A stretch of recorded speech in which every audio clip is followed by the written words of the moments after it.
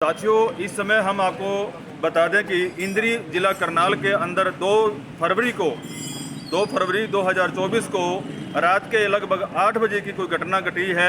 इस मजार के अंदर रात को 8 बजे रोमित कंबोज है, जिसका पिताजी का नाम है रमेश कंबोज, और उसको यहाँ पर ये आप लोकेशन आप देख सकते हैं, पूरी मार्केट यहाँ पे है और दुकानें यहाँ पे आप देख रहे हैं। रात के समय में जो ये दुकानें दूसरी हैं, ये तो उस समय मौके से दुकानदार अपनी दुकानें बंद करके घर चले गए थे, लेकिन जो दुकान खुली थी मौके पे, एक तो ये हंगरी थी, ये खाने पीने की दुकानें हैं, जैसे फास्ट फूड वगैरह होता है। एक साथ में मोहन मुर्गे वाला है, वहाँ पे भी खान पान चलता रहता है, लंगर वगैरह रोटी वगैरह का प्रोग्राम वहाँ पे चलता रहता है। वहाँ पे भी कस्टमरों का, ग्राहकों का आना जाना लगा रहता है।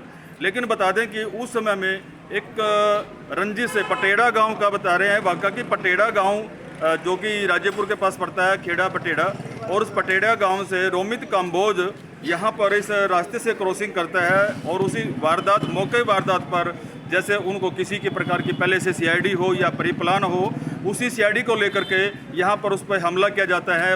उस लड़के की बेरहमी से पिटाई की जाती है, जहाँ पर उसको टांग उसकी बिल्कुल तोड़ दी गई है और 2 जगह उसकी भारी फ्रैक्चर आए हैं। वैसे तो फ्रैक्चर 7 जगह बताए जा रहे हैं, लेकिन 2 फ्रैक्चर डॉक्टरों ने अपनी डॉक्टरी रिपोर्ट में दर्शाए हैं। उस लड़के की जो शारीरिक अगर हम बात करें तो पूरे शरीर ऐसा नहीं छोड़ा कहीं पे भी, सिर्फ गर्दन से ऊपर का हिस्सा छोड़ा हुआ है।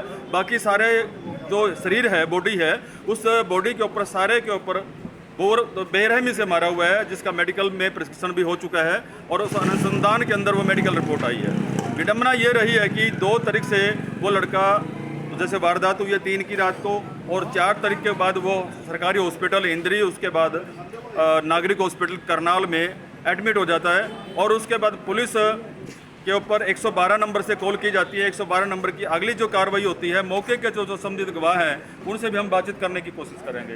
भाई साहब, आप मौके पे थे उस टाइम में जब ये काम हुआ है? अपना शुभ नाम क्या है? नितिन कुमार। नितिन कुमार जी, जब ये लगभग घटना हुई है कितना टाइम था उस टाइम? 8 साढ़े 8 बजे का टाइम था जी। तो जो ये लड़का था रोमित कंबोज, जिसका नाम आया जो पीड़ित है, इसके ये कितने आदमी थे? ये 2-3 आदमी थे। 2 लड़के थे ये बाइक पे? एक बाइक पे था, ये रोमित नीचे खड़ा था। अच्छा, एक पीछे खड़ा था? नीचे खड़ा था रोमित और एक आगे खड़ा था। एक 2 चले गए थे मेरे ख्याल, यही खड़े थे, किसी की वेट कर रहे थे शायद ये। हाँ, ये भी खड़े थे। हाँ जी। तो इतनी देर में जो जिन्होंने मारा वो मूल पेट रखे थे, लंबे 3 लड़के थे। अच्छा, 3 मूल पेट रखा था उन्होंने? हाँ, मूल पेट रखा था पूरा, पहचान में कोई से नहीं आया। हाँ, मूल पेट रखा था, उन्होंने मारा। तो वो जो लड़का बाइक पे था वो मैं बुला के लाया बना से। ये देखो लड़ाई हो गई, इतने में चले गए थे सारे। तो जो मूल पेट रखा था, मतलब किस तरह पतले थे या मोटे मोटे थे लड़के?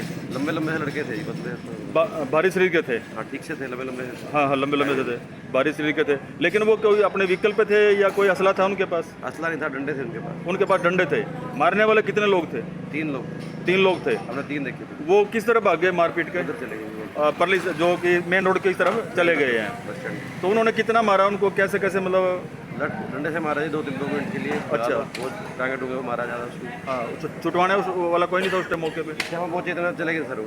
जिस टाइम आप पहुंचे मौके पे चले गए भाग गए थे, थे। लेकिन आपने जब आप आए तो वो उस टाइम वो चलते बने वहाँ मौके पे? पहले भाग गए थे, मतलब 2 मिनट में इतना तो काम हो गया था। जितनी देर में वो पहुँचा ना, हमारे को बुलाने, इतने में चले गए थे, काम हो गया। अच्छा। तो खून बह रहा था उसको? उसके टांग में यहाँ से खून बह रहा था। 112 को फ़ोन किया हमने।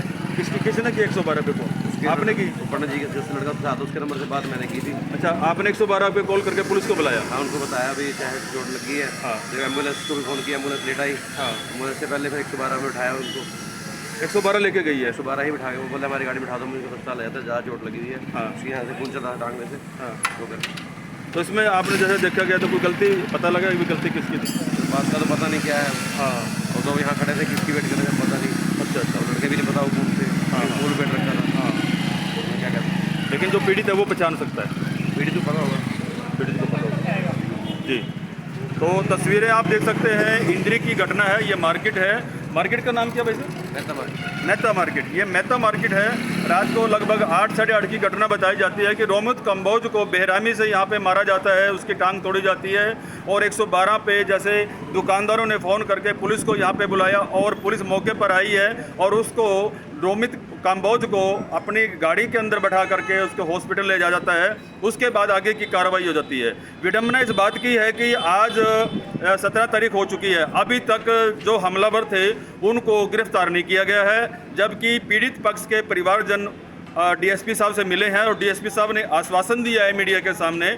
हमने डीएसपी साहब के बयान लिए थे और डीएसपी साहब ने आश्वासन दिया था कि आज या शाम को या कल तक हम हमलावरों को ज़रूर उसको अरेस्ट करेंगे और आगे की कार्रवाई जारी रहेगी। जबकि हम हमलावरों से भी हमारी बातचीत हुई है। हमलावर कहते हैं कि हमें नहीं पता कौन था कौन नहीं था। और इसके बाद हम सरपंच के परिवार से भी हमारी बातचीत हुई है। हमने गांव पटेड़ा में जा कर के लोगों से जानकारी ली है।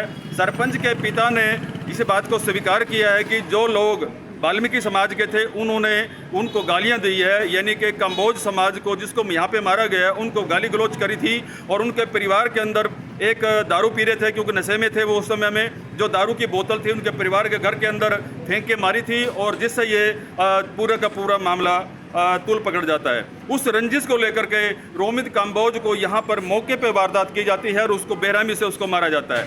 लेकिन अभी तक जो हत्यारे थे, यानी कि जो वारदात करने वाले पीड़ित थे, ये उसके ऊपर मारा गया बेरहमी से, उनको अभी तक पुलिस गिरफ्तार नहीं कर पाई है।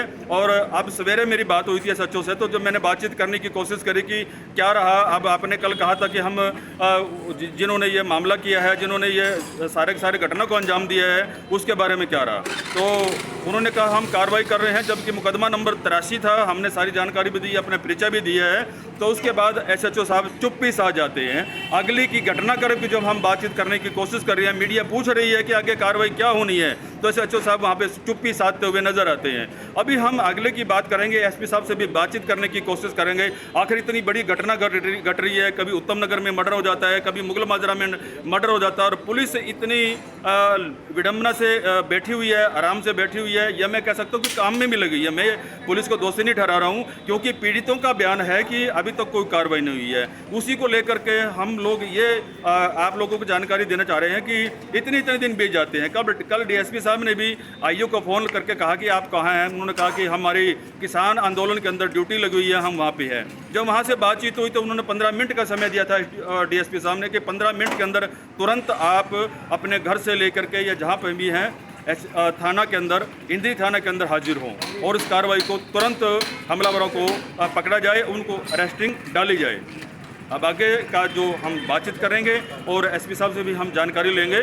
आखिर 17 तारीख आज हो गई है, 2-3 तारीख का मामला है, यानी कि लगभग 12-13 दिन हो गए हैं, 14 दिन के करीब हो चुके हैं, अभी तक अरेस्टिंग नहीं डाली गई है। आखिर क्या कारण रहे हैं, तो पुलिस के जो करनाल के हमारे एसपी हैं शशांक आनंद जी, उनसे भी हम बातचीत करने की कोशिश करेंगे। और इसके बाद फिर आपको फिर हम दोबारा से अगली घटना के बारे में फिर आपको साथ में हम रूबरू करेंगे। जुड़े रहिए सच समाचार के साथ। बंसीलाल पंचाल, सच समाचार, इंद्री, करनाल, हरियाणा।